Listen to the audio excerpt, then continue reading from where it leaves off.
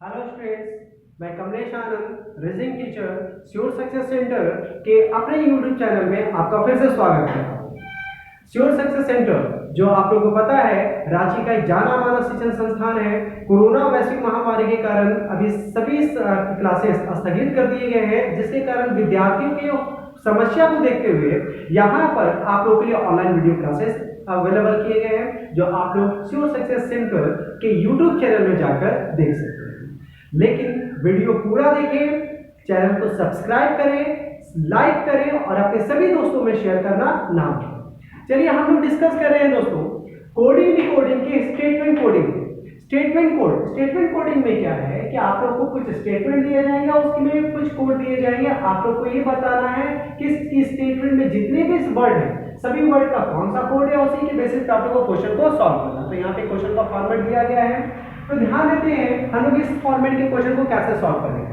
तो यहाँ पे 4 स्टेटमेंट आप लोग को नजर आ रहा होगा, आपके सामने स्क्रीन में 4 स्टेटमेंट पास कर रहा है। Always follow your passion, great passion for music, music always on mind, follow music on Twitter. यहाँ पे हम क्या देख रहे हैं दोस्तों कि 4 वर्ड है, 4 वर्ड के लिए 4 कोड है, 4 वर्ड के लिए 4 कोड है, 4 वर्ड के लिए 4 कोड है, यहाँ भी 4 वर्ड के लिए 4 कोड है। 4 वर्ड के लिए 4 कोड तो दिया गया, इसका सीधा सा तात्पर्य ये है कि हर वर्ड के लिए कोड दिया जा रहा है। हर वर्ड के लिए कोड तो है, लेकिन इसका ये जरूरी नहीं है कि पहला वाला वर्ड का कोड पहला होगा, दूसरा वर्ड का कोड दूसरा होगा, ये इसका कोई आवश्यकता नहीं है। ये चारों वर्ड में से हर वर्ड का कोड, यही 4 में से कोई एक तो है। मतलब ये जो पहला वर्ड है ऑलवेज, इस ऑलवेज का कोड इसी 4 कोड में से कोई एक होगा, लेकिन कौन सा होगा ये नहीं पता।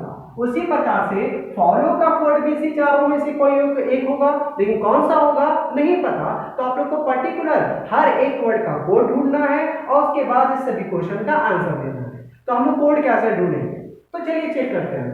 पहला स्टेटमेंट है ऑलवेज फॉलो योर पैशन, इसके बेस पे 4 कोड दिया है। दूसरा स्टेटमेंट है ग्रेट पैशन फॉर म्यूजिक। तुरंत हम क्या यहाँ नोटिस कर रहे हैं कि पैशन यहाँ है, पैशन यहाँ है। पैशन का कोड इसी 4 कोड में से तो कोई एक होगा, कौन सा होगा नहीं पता।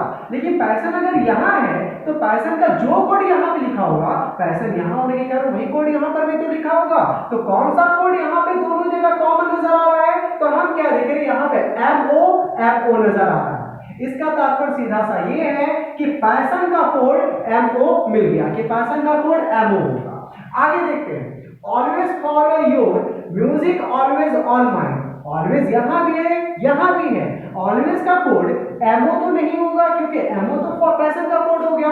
अब ऑलवेज का कोड इस 3 कोड में से, मतलब KE, AG और JP, इसी 3 में से कोई एक होगा, कौन सा होगा नहीं पता। लेकिन अगर ऑलवेज यहाँ पर है तो जो कोड ऑलवेज का यहाँ पर होगा वही कोड यहाँ पर भी तो होना चाहिए। तो कौन सा कोड दोनों जगह नजर आ रहा है, AG। तो इसको हम लोग सर्कल कर लिए, मतलब कि ऑलवेज का कोड AG हमें मिल गया। अब हमें ढूंढना है फॉलो योर का, तो फॉलो यहाँ भी है, फॉलो यहाँ भी है। फॉलो का कोड AG और MO तो नहीं होगा, लेकिन KE और JP में से कोई एक होगा, कौन सा होगा नहीं पता। चेक करते हैं, फॉलो का कोड KE और JP जो भी होगा, फॉलो यहाँ है तो सेम कोड यहाँ पर भी होना चाहिए, और वो कौन सा नजर आ रहा है, JP। इसका मतलब फॉलो का कोड हमारा क्या हो गया, JP। अब यहाँ पे हमें ऑलवेज मिल गया, फॉलो मिल गया, पैशन मिल गया। तो जो बचा हुआ कोड है वो बचे वाले वर्ड के लिए होगा, तो बचा वाला वर्ड योर है, तो योर का कोड क्या हो गया, KE। इस प्रकार से पहले स्टेटमेंट का हर वर्ड का कोड हमें मिल गया। दूसरा स्टेटमेंट में पैशन का ऑलरेडी मिल चुका है, हमारा पैशन का मिल गया है। आप देखते हैं ग्रेट फॉर म्यूजिक में म्यूजिक यहाँ, म्यूजिक यहाँ, तो म्यूजिक अगर इस दोनों जगह है तो दोनों जगह म्यूजिक होने के कारण कोई कोड भी दोनों जगह होगा, और वो कोड कौन सा है, SC। तो म्यूजिक का कोड हमें SC मिल गया। बचा ग्रेड 4। अब ग्रेड 4 में हमें यहाँ पे ना तो ग्रेड का कोड मिल रहा है ना तो 4 का, मतलब कि ग्रेड और 4 वर्ड में से कोई भी वर्ड यहाँ पे हमें कॉमन नजर नहीं आ रहा है। अब अगर ग्रेड और 4 कोई वर्ड यहाँ पे आगे नहीं दिया गया तो ये हमारे लिए कंफ्यूजन ही बना रहेगा कि ग्रेड और 4 में से ग्रेड का कोड इस दोनों में से कौन सा होगा और 4 का कोड इस दोनों में से कौन सा होगा। कौन सा होगा ये तो नहीं पता रहेगा, लेकिन इसी दोनों में से कोई एक होगा, ये हम कंफर्म है। नेक्स्ट आते हैं ऑन माइंड। ऑन यहाँ भी है, ऑन यहाँ पर ही है, तो ऑन का कोड जो यहाँ पर यूज किया होगा वही यहाँ पर भी यूज होगा। तो दोनों जगह कॉमन कौन सा नजर आ रहा है, बिल्कुल सही पकड़ा आपने, FI। तो ऑन का कोड FI हो गया, और माइंड जो बचा हुआ है उसके लिए जो बचा हुआ कोड है वो हो गया।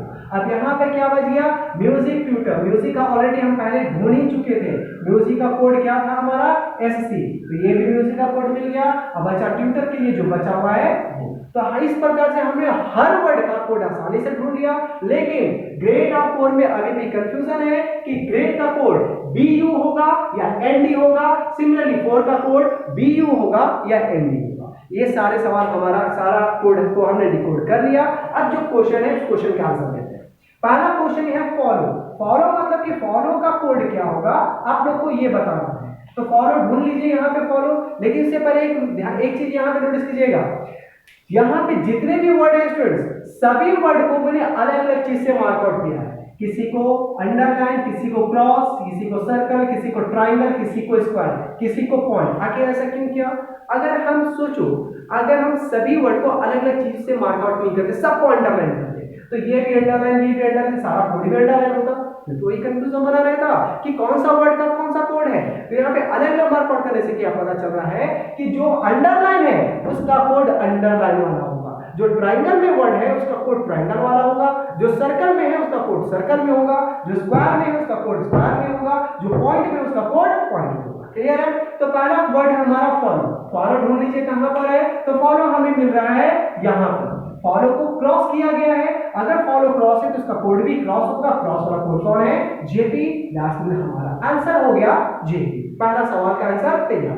दूसरा क्वेश्चन है हमारा माइंड। माइंड ढूंढिए कहां पर है, तो माइंड हमें यहां मिला, इसको पॉइंट किया गया, इसका मतलब इसका कोड भी पॉइंट वाला, मतलब LW। इसका भी आंसर हमारा आ गया LW। तीसरा क्वेश्चन है दोस्तों ND। ND ढूंढिए, अब ये कोड दिया है, इसके विशेषता को वर्ड निकालना है कि ये किस वर्ड के लिए अप्लाई किया जा रहा है। तो ND हमें यहां मिला, और ND को हम क्या लिख रहे हैं कि इसे कोई भी चीज से मार्कआउट नहीं किया गया है। इसका सीधा तात्पर्य है इसका जो वर्ड होगा वो भी मार्कआउट नहीं होगा। तो इसका वर्ड देखते हैं, 4 और ग्रेड दोनों को मार्कआउट नहीं किया गया। इसका मतलब ND 4 को भी रिप्रेजेंट कर सकता है और ग्रेड को भी रिप्रेजेंट कर सकता है, लेकिन कौन सा होगा नहीं पता। इसलिए इसका आंसर हम लोग क्या देंगे, ईदर ग्रेड और 4, या तो ग्रेड या 4। ND किसके लिए यूज किया जा रहा है, या तो ग्रेड के लिए या तो 4 के लिए, ये आपको ऑप्शन दिया जाएगा। क्लियर है दोस्तों? यहां पे एक चीज और ध्यान दीजिएगा, आजकल जो बैंकिंग के एग्जाम के फॉर्मेट में क्या किया जा रहा है, क्वेश्चन का स्टैंडर्ड थोड़ा सा बूम करने के लिए, थोड़ा सा बढ़ाने के लिए इसी फॉर्मेट का क्वेश्चन, ये क्वेश्चन बड़ा इजी लग रहा है कि ND का कोड इधर ग्रेड और 4 जिस ऑप्शन में होगा मार्कआउट कर देना है। लेकिन इसका स्टैंडर्ड बढ़ाने के लिए क्या कर रहा है वो ध्यान दीजिएगा, मैं पूरा यहां पे एनालाइज करके बता दे रहा हूं।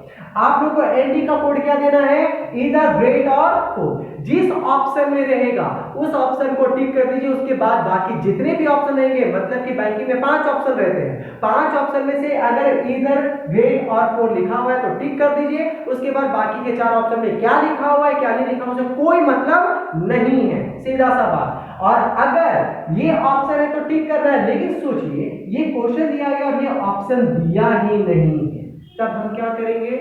तो बहुत सारे लोगों के दिमाग में आता है नन ऑफ दिस दे देना है, नन ऑफ दिस यहाँ पे नहीं देना है। सबसे पहले हम लोग को देना है इधर ग्रेड और 4।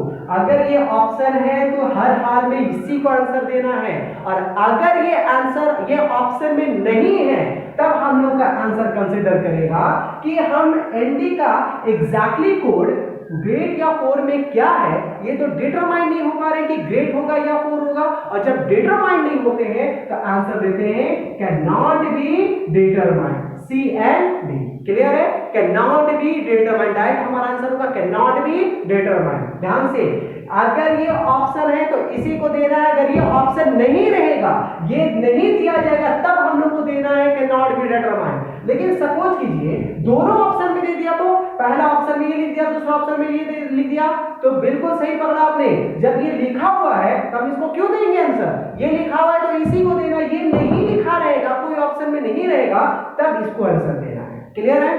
अब एक और कंडीशन होता है, सपोज कीजिए ये अगर रहा तो इसको आंसर देना है, ये नहीं रहा तब ना इसको देना है। मान लिया जाए ये भी नहीं है और ये भी ऑप्शन में नहीं है, दोनों का दोनों ऑप्शन में दिया ही नहीं है, तब क्या करेंगे, तब यहाँ पे आप लोगों को क्या करना है, आप लोगों को ऑप्शन के बेसिस पे आंसर देना है, जो आजकल एग्जाम में बहुत इंप्लीमेंट किया जा रहा है। Not only in coding decoding, ranking, blood relation, बहुत सारे चैप्टर में इस लॉजिक का क्वेश्चन पूछा जा रहा है।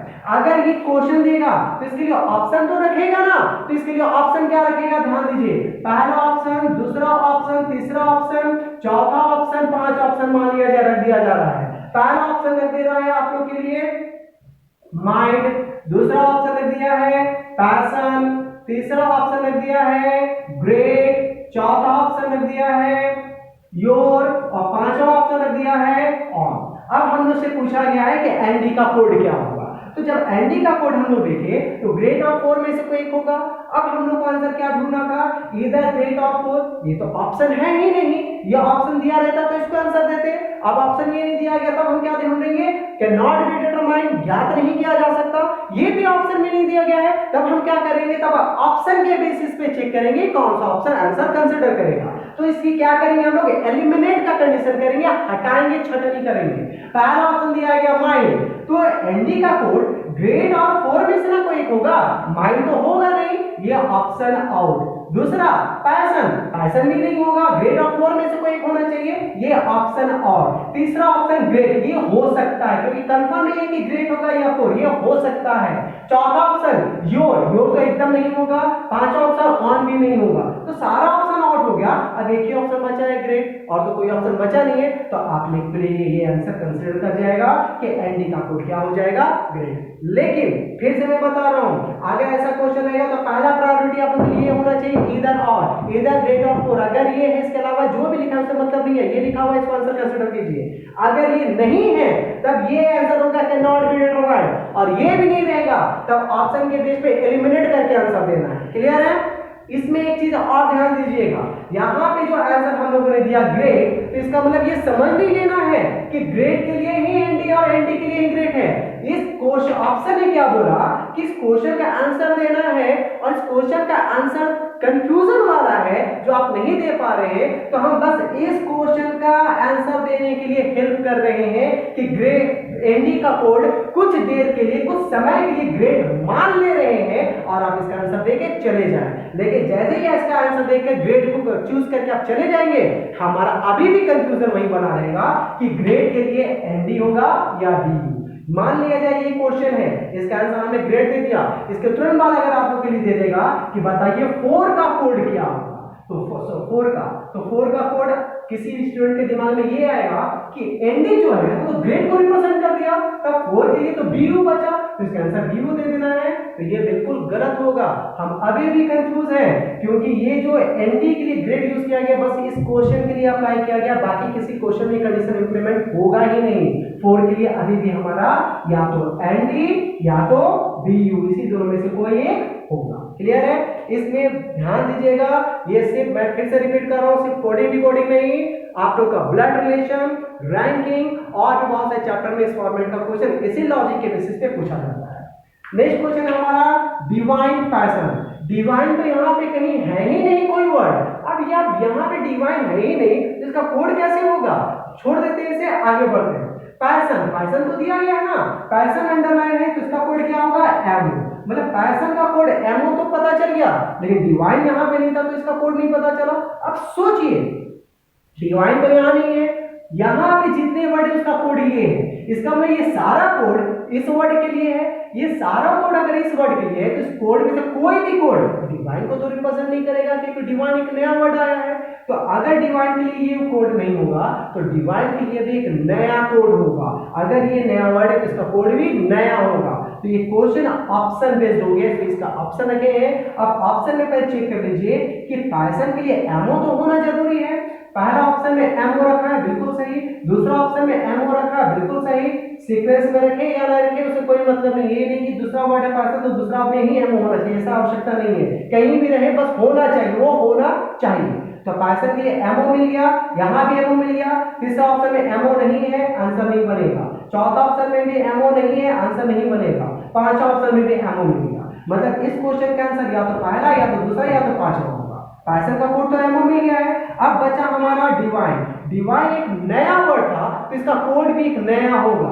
तो इस तीन ऑप्शन जो बच गए हैं, पहला दूसरा पांचवा, चेक कीजिए इस तीनों ऑप्शन में से कौन सा ऑप्शन डिवाइन एक नया वर्ड के लिए नया कोड यूज किया है। तो पहला ऑप्शन में क्या यूज हुआ है, एजी। चेक कीजिए एजी कहीं है क्या, है, एजी है, मतलब ये किसी ऊपर वाले वर्ड के लिए, डिवाइन के लिए रिप्रेजेंट नहीं कर सकता। जब डिवाइन रिप्रेजेंट नहीं होगा तो पहला ऑप्शन आउट। नेक्स्ट ऑप्शन में क्या है, बीयू।